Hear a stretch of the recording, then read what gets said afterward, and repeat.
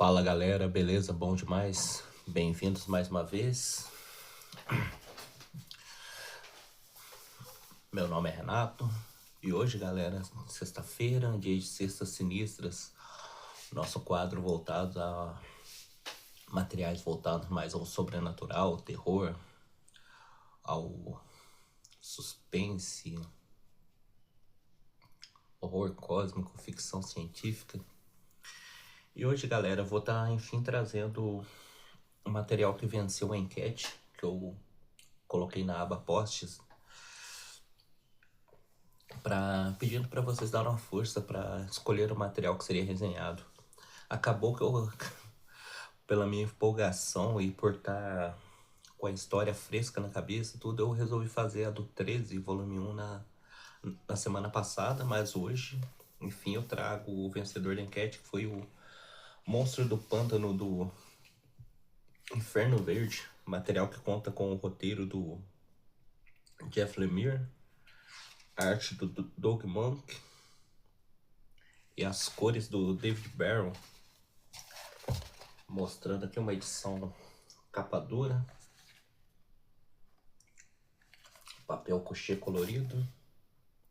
São 160 páginas que compilam a minissérie da DC Black Label, Swamp Thing Green Hell, volume 1 a 3. O selo DC Black Label, o selo voltado para histórias mais adultas do universo DC. E aqui, galera, essa história que pode ser considerada um hacking, tanto para a série do Monstro do Pântano como do Homem Animal. Contextualizando, né? Nos anos 80, o Alan Moore começou a trabalhar na série do Monstro do Pântano. Tipo, isso é a fase mais clássica do personagem assim, que ele redefiniu todo o universo do personagem, com o Parlamento das Árvores, o Avatar do Verde. Então o Monstro do Pântano, ele acaba sendo o elemental da natureza. Ele pode se regenerar através de todo tipo de vegetação, assim. Já mostrando um pouco da edição para vocês. E o Homem Animal, ele foi trabalhado pelo Grant Morrison, que desenvolveu um conceito parecido com o Homem Animal, o Buddy Baker, sendo o Avatar do Vermelho. Então ele tem, vamos assim, ele pode reproduzir as habilidades de qualquer animal que ele tem em contato, que está próximo por ele, que gerou excelentes histórias. E isso redefiniu esses dois personagens, que eram personagens bem lado C da DC Comics. Mesmo o Monstro do Pântano tendo tido uma fase clássica de início de terror, contando com ninguém menos que o Bernie Wrightson como co-criador. Mas foi no selo Vértigo da DC que esses dois personagens, eles foram, digamos assim, definidos realmente, todo o seu universo, seu panteão. E durante a fase dos Novos 52 da DC Comics, que houve um reboot no universo DC, essas duas séries foram introduzidas no universo DC tradicional. E o Jeff Lemire, que é o autor dessa história aqui, ele trabalhou com o Homem Animal. E o Monstro do Pântano ficou sob a tutela do Scott Snyder. E eles fizeram um crossover bem interessante, uma fase chamada da Podridão, que tinha um outro elemento que corrompia tanto o verde quanto o vermelho, tanto a natureza quanto a carne, assim. E foi basicamente nisso que chegamos nessa história aqui.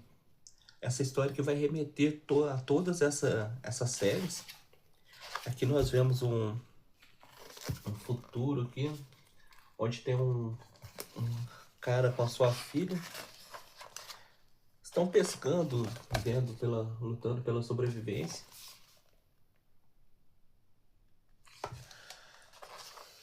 Aqui um vilarejo. Aqui aconteceu algo tipo um apocalipse nessa história. E aqui nós já vemos os elementais aqui. Aqui o parlamento da carne, do vermelho, quer dizer, podridão e o verde.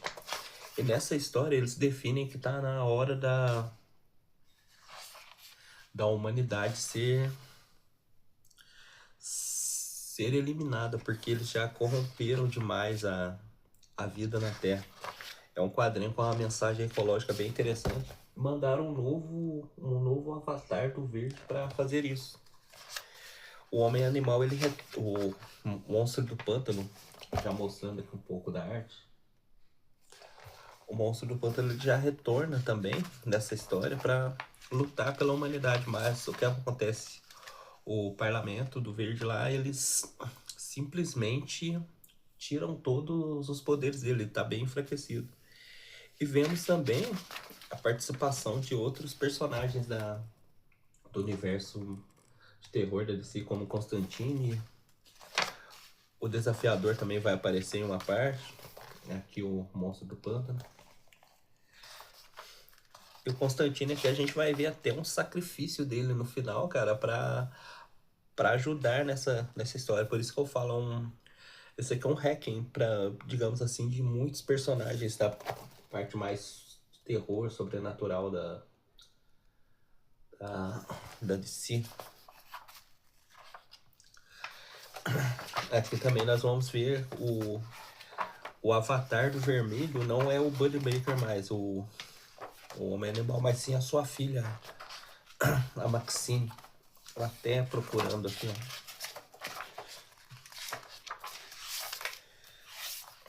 A Maxine, quem acompanhou a série, principalmente dos 952, já viu que ela é tão poderosa quanto o pai.